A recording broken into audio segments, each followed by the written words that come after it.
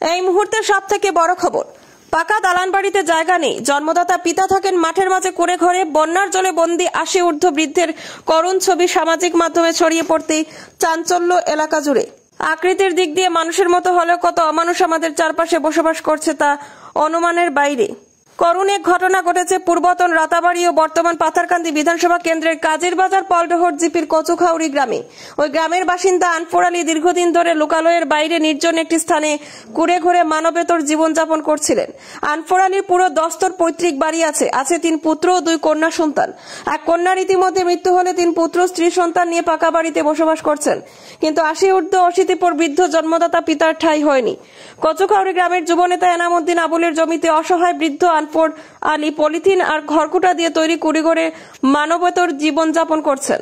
কয়েকদিনের লাগাতার বৃষ্টিপাতের ফলে কচুখাউড়ির ওই এলাকা বন্যার জলে আক্রান্ত হয়, আর তখন চোখে পড়ে বৃদ্ধ আনফরের করুণ কাহিনী। সামাজিক মাধ্যমে একটি ছবি ভাইরাল হতেই চাঞ্চল্য দেখা দেয়। তখন স্থানীয় বিধায়ক তথা মন্ত্রী কৃষ্ণেন্দু পালের সঙ্গে যোগাযোগ করেন করিমগঞ্জ বিজেপির জেলা সংখ্যালঘু মোর্চার প্রভারী জুনেল হোসেন। মন্ত্রী যাবতীয় সাহায্য সহযোগিতার আশ্বাস দেন। জুনেল শীঘ্রই তার থাকার জন্য ঘর তৈরির পাশাপাশি যাবতীয় ভরণ পোষণের দায়িত্ব সমঝে নেন এবং ছেলের কিংবা তাদের স্ত্রী কোনো ধরনের নির্যাতন করলে আইনি পদক্ষেপ গ্রহণের হুঁশিয়ারি প্রদান করেন। জানা গেছে আনফর আলীর পুত্ররা হলো বাদল মিয়া, জয়নুল হক, আইনুল হক। তার মধ্যে বাদল মিয়া নিজস্ব অটো রয়েছে, জয়নুল হকের কাঁচামাল সবজির ব্যবসা রয়েছে এবং ছোট ছেলে আইনুল মেঘালয় কয়লা খনিতে কাজ করে। পৈতৃক সম্পত্তির উপর স্ত্রী সন্তানদের নিয়ে সুখে শান্তিতে বসবাস করলেও স্থান হয়নি শুধুমাত্র জন্মদাতা পিতার। তুমি জান যে মনে করো এখান থেকে টান এই ব্যবস্থা তোমাদের মান সম্মান প্রায় বলুন কিছু এই বাড়ির মানুষ নিয়ে মানুষের চিন্তা করবো যে এই বাড়ির মানুষ নাই, তাই যেভাবে জীবনযাপন করতে এটা মনে করো এই যুগ এগুলা কোনোদিন কোনো মানুষ থাকছে না। আমার কথা রইল তার ছেলের আর 200 হোক, তার ফুয়ার বৌবাইন্তর 200 হোক, আর এই বাড়ির মানুষের বলে হোক যেখানে ওইবার হয়ে গেছে। আজকে আমরা আইসি কেন আমরা মাননীয় মন্ত্রী পাঠাই দিচ্ছ, সামাজিক মাধ্যমে এটা বাইরে লইছে একদম সর্বত্র বাদিয়া বিভিন্ন জায়গা থেকে নিউজ চ্যানেল আইলে আপনারা আরো ল্যাংটা করইব।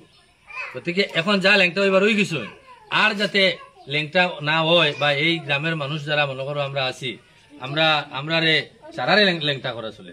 আজকে এই কেন যে তুমি তো ল্যাংটা হরাইলে না, আজকে আমরা মানুষ কইব কিতা যে আমরার মতো মানুষ কেন থাকা অবস্থায় একজন মানুষ এই দ্বীপর মাঝখানো একলা কোনো ব্যবস্থা নাই, আগুন নাই, চুলা নাই, পানি নাই, খানি নাই, একজন মানুষ ফালাই রাখা হয়ে গেছে। এটা তো মানে এলা তো হইতেও পারে না। গতিকে আমি আমরা মন্ত্রীর নির্দেশে আইছি এখানে আমরা তানে এটা সুন্দর করে তান যেহেতু ছেলেরার ঘর রইতে রাজি নাই আমরা একটা ঘর বানাইয়া দিমু, মানুষ লাগাই আমরা মানুষ পাঠাইমু, তিনটা নানিয়া তান যতক্ষণ ব্যবস্থা করিয়া দিমু। ওখান কথা রয়েছে যাতে তানে ডিস্টার্ব দেওয়া হয় না, বাড়ি কেউ তার লগে লাগালাগি করবে না, পারলে সহযোগিতা করবে। যদি মনে করো তার যদি দায়িত্ব খাওয়া দাওয়ারও অসুবিধা হয় ঠিকটাও আমরা মাসর চাউল খরচ পাতি যেটা আছে আমরা লইয়া আমরা ব্যবস্থা করে দিয়ে দিই। যদি কেন তান হরুতা মরুতায় যদি তানে চাইন না, তা আমি আজীবন যতদিন বাঁচিবা অতদিন লাগে তান যেটা প্রয়োজনীয় খরচপাতি ঔষধপত্র তান একজনের যেটা আমি এখান প্রত্যেক সপ্তাহে সপ্তাহে আমি করে ফুসে দিই। কিন্তু তানে তুমি যেন বাড়িতে মায়া করে রাখিও এবং তার এই যে জিন্দগি এখন বাকি রয়েছে 2-4 মাস হোক আর 2-4 বছর হোক, এই বয়সখান যাতে অন্তত পক্ষে বাড়ির মানুষের লগে মিলামিশা করিয়া তান জীবনটা খাটাইন, ওটা আমি সারার কাছে আহ্বান করিয়া। আর তারা আইলে আপনারা সারায় রাত্রে একদিন আমার ডাকবা, আমিও আইম। আইলে তারা যেখান ভুল করছে তা চাউকা মা বাপর কাছে ক্ষমাপ্রার্থী হোক। এইভাবে যে দিনগুলা কাটাইছি তার দিন একদিন যদি আল্লাহ ধরিলে হইতে তান্তানোর জিন্দগি তাই ছুটতে পারতাম না, বুঝছো না? একটা দিন যদি আল্লাহ ধরিয়ে রাখি দিয়ে ছুটতে পারবানি। গতিকে দুনিয়ায় খেয়েও স্থায়ী নাই, সব যাওয়া লাগবো। আর আমরা তান যেটা জীবনযাপনের যেটা প্রয়োজনীয়তা আছে সব আমি দায়িত্ব নিলাম, এটা আমি পালন করে যাই। একদম প্রত্যেকটা জিনিস কোনো চিন্তা করার প্রয়োজন নাই, শুধু তানরে আপনারা দেখবা, সুবিধা অসুবিধা বেমার আজার বা খোঁজ খবর আমার কাছে ফাটাইবা, কতটুকু আমার ইয়ে থাকলো আপনার কাছে।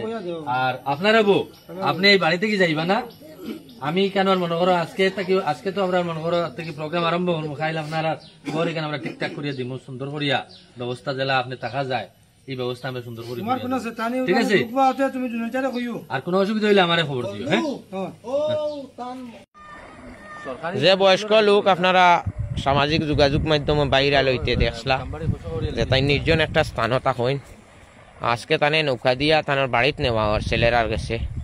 তো আমরা এখানে আইসি, আমি নিজেও আইসি। ও জুপড়ি ঘরে থাকতা, ঘরটা দেখাই আর নিয়ে ওই ঘরে থাকা থানার পক্ষে সব। আমরা গ্রামের মানুষ খালি নাই, আমরা সাগিকাউরি মানুষও আইসনি কেন দেখার লাগে।